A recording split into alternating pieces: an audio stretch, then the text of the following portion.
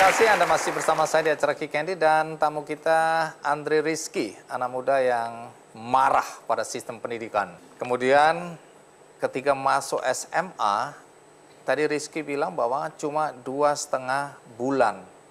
Boleh cerita apa yang terjadi waktu itu? Sebenarnya saya seperti siswa SMA lainnya, saya datang ke sekolah.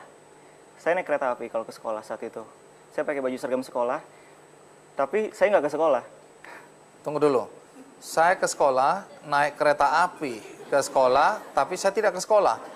Jadi bolos. Kamu kemana? Walah, bolos saja langsung bilang saya bolos.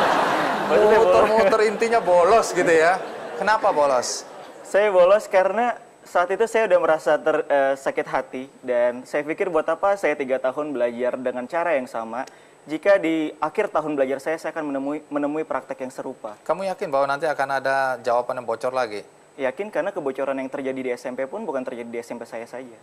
Di mana-mana? Di mana-mana. Jadi kamu yakin nanti di SMA akan terjadi lagi? Kurang lebih akan sama. Itu bukan alasan kamu yang malas sekolah aja itu ya?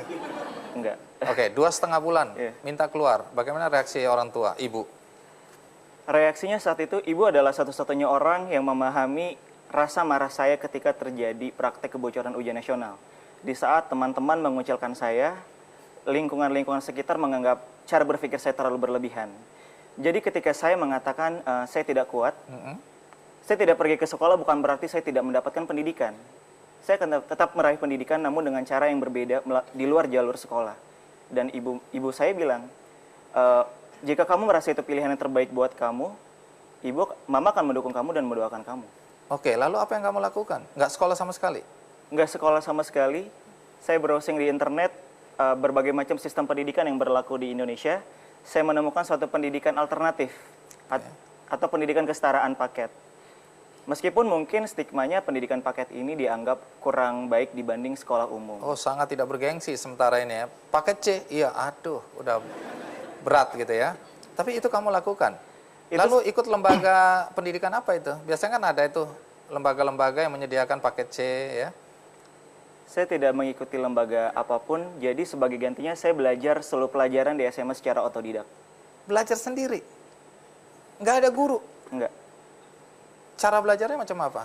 Belajarnya biasa saya bikin buku, bikin outline dari berbagai macam pelajaran. Contoh misalnya bahasa Inggris. Dari kelas 1, 2, 3 SMA, saya lakukan teknik skimming, saya bikin outline, saya ketik sepanjang malam. Lalu jadilah sebuah buku. Dan itu berlaku untuk pelajaran lainnya. Dan itu saya pelajari semuanya. Sendiri? Sendiri.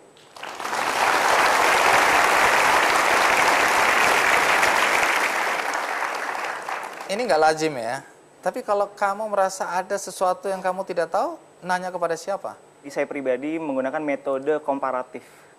Artinya saya membandingkan, ketika saya mengalami kesulitan di pelajaran bahasa Inggris, saya akan ganti ke pelajaran matematika.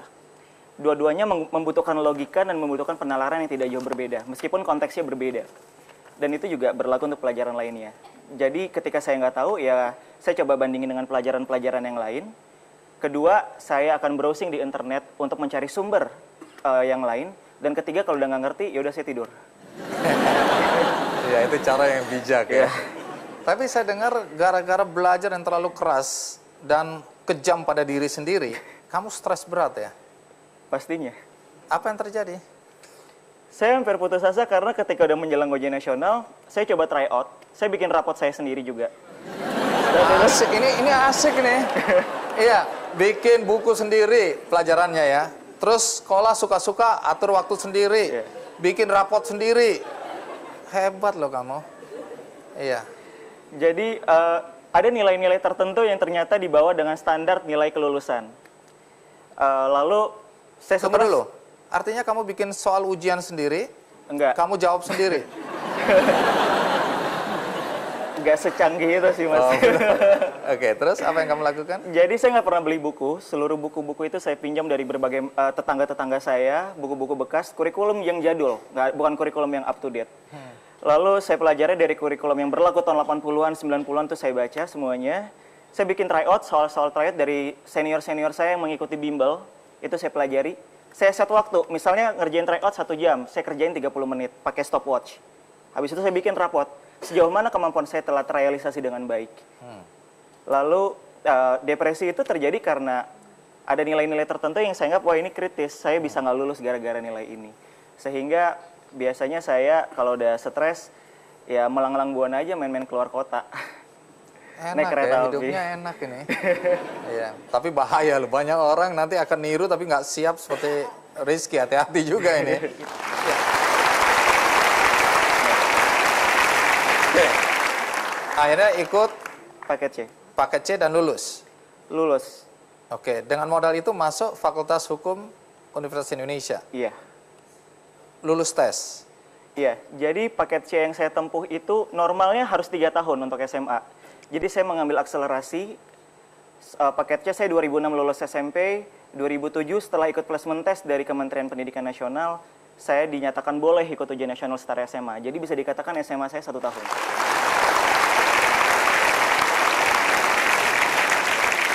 Satu tahun kemudian ikut tes dan lulus paket C. Iya. Itu bisa dipakai untuk melamar atau ikut tes di universitas. Itu bisa, saya mengikuti jalur SNMPTN, saya tidak melalui jalur belakang, saya jalur resmi karena saya berkompetisi dengan seluruh teman-teman di Indonesia. Dan ketika saya datang pun panitianya mengatakan, baik ini paket C, kita bisa terima, yang penting lulus tesnya apa tidak. Setelah itu saya diterima.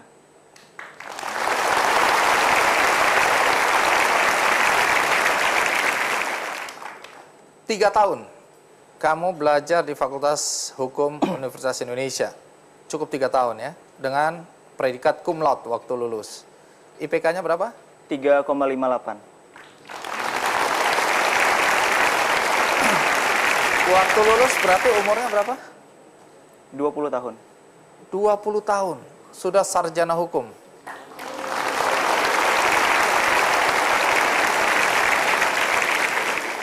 Ya, menarik sesudah lulus apa yang Rizky lakukan dan bagaimana sampai kemudian dia tergerak hatinya untuk membantu anak-anak prasejahtera melalui berbagai kegiatan yang dilakukan. Untuk itu kita tahan dulu, kita rehat, ikuti terus Ki Candy.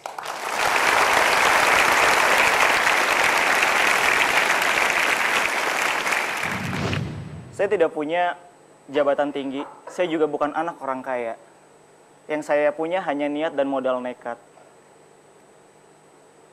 Tujuan utamanya bukan karena saya ingin mendapatkan suatu predikat tertentu, tapi karena saya tahu rasanya menjadi mereka yang putus sekolah.